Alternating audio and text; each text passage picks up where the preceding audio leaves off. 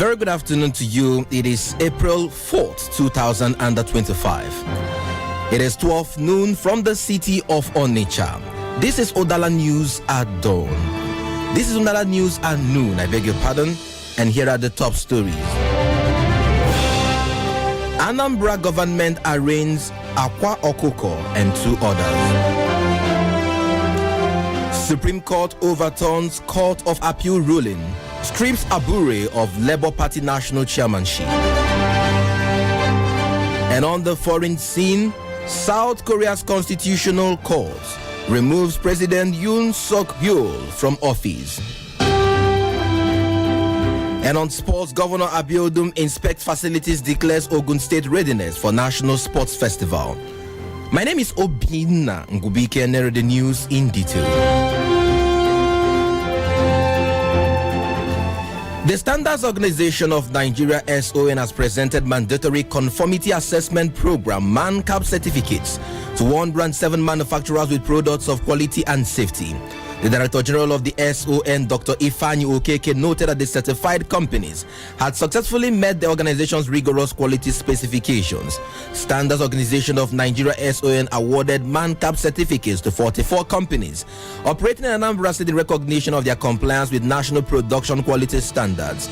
They further commended Governor Chukwuma Soludo for maintaining a business-friendly environment in Anambra State, which he said had enabled manufacturers to thrive. The state coordinator for Anambra Office 1 congratulated the awardees as he further advised manufacturers to acquire the updated certification logo and Standard Organization of Nigeria (SON's calibration services for enhanced product quality.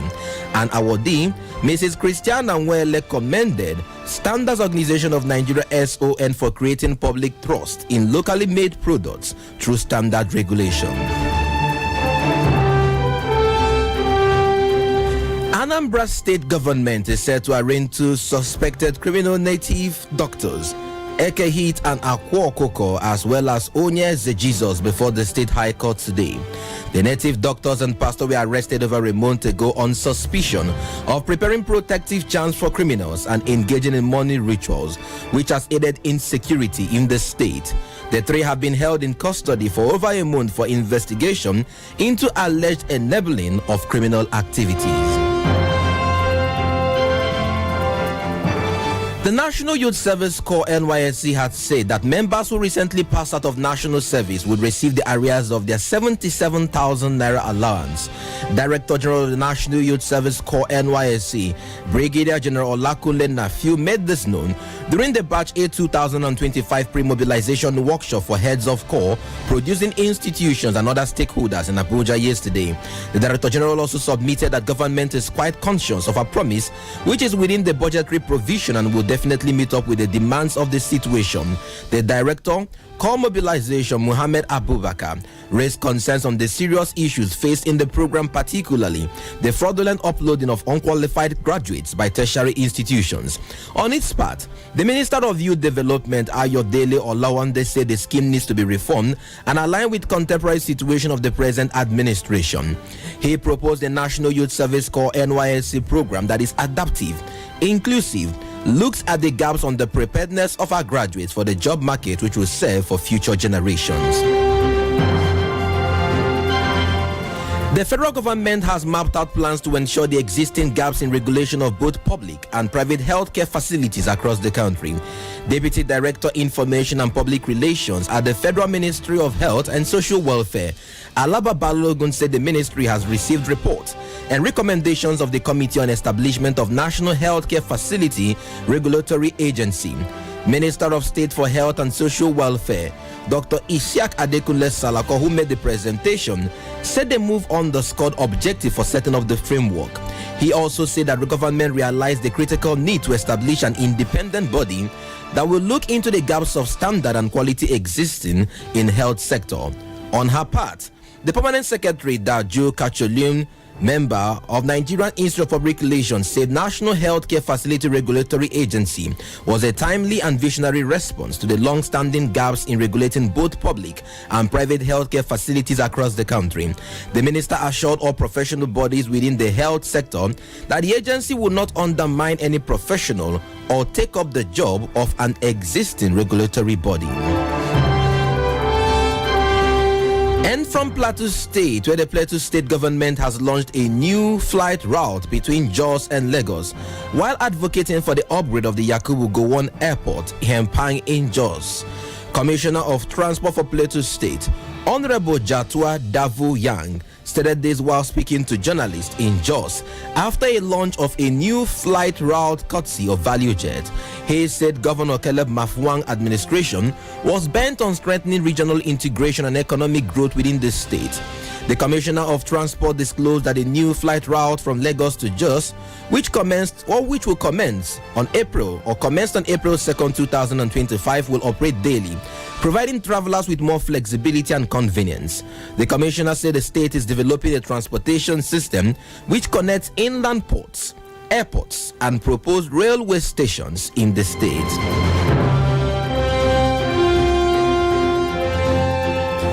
10 residents of 5 communities in Boko's local government area of Plateau State have been reported dead following invasion by gunmen.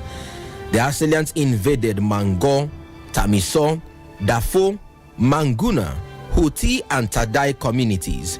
In a statement on Thursday, Famasun Fudang, who is the chairman of the Boko's Cultural Development Council (BCDC), said the intention of the attackers was to seize their land and impose a caliphate on the communities.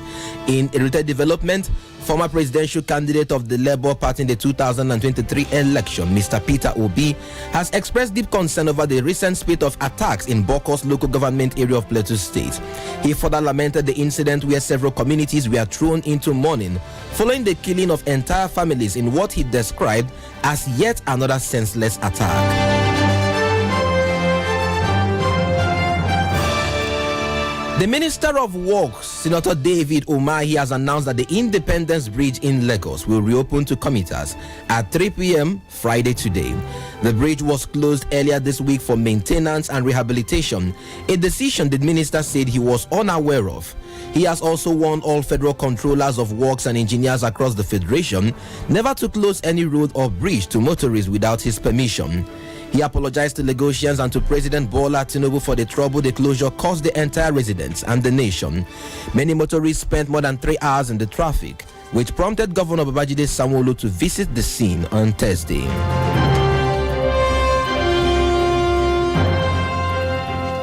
The Pharmacy Council of Nigeria (PCN) has called on provosts and principals of health colleges to adopt best practices in training pharmacy technicians. Pharmacy Council of Nigeria Registrar Pharmacist Ibrahim Babashehu Ahmed, who spoke at the interactive forum, emphasized the evolving role of pharmacy technicians and the need for quality training.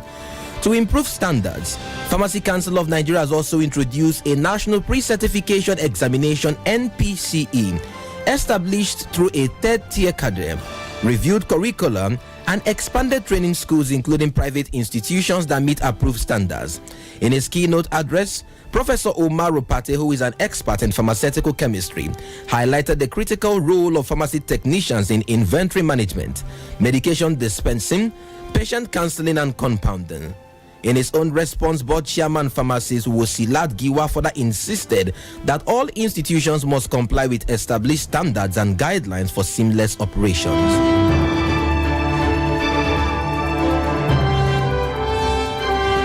The Supreme Court has set aside the judgment of the Court of Appeal in Abuja recognizing Julius Abure as the national chairman of the Labour Party LP. A 5-member panel of the Apex Court, in a unanimous decision, held that the Court of Appeal lacked the jurisdiction to have pronounced Abure the national chairman of the Labour Party after finding out earlier that the substance of the case was about the party's leadership. The Apex Court held that the issue of leadership was an internal affair of a party over which courts lacked jurisdiction of marital law in a separate trial that started in February of this year 2025. He was formally arrested on those charges in January and was held for 52 days before a court ordered his release from detention last month. And from sports, where Ogun State Governor Dapo Abiodun yesterday embarked on another tour of the facilities meant to host the 22nd edition of the National Sports Festival, slated for May 16 to 30th, 2025.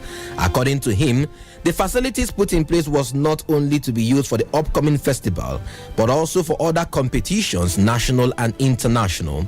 The stadium, when completed, In preparation for the festival, will no longer be available for non-sporting events in the state, according to the governor.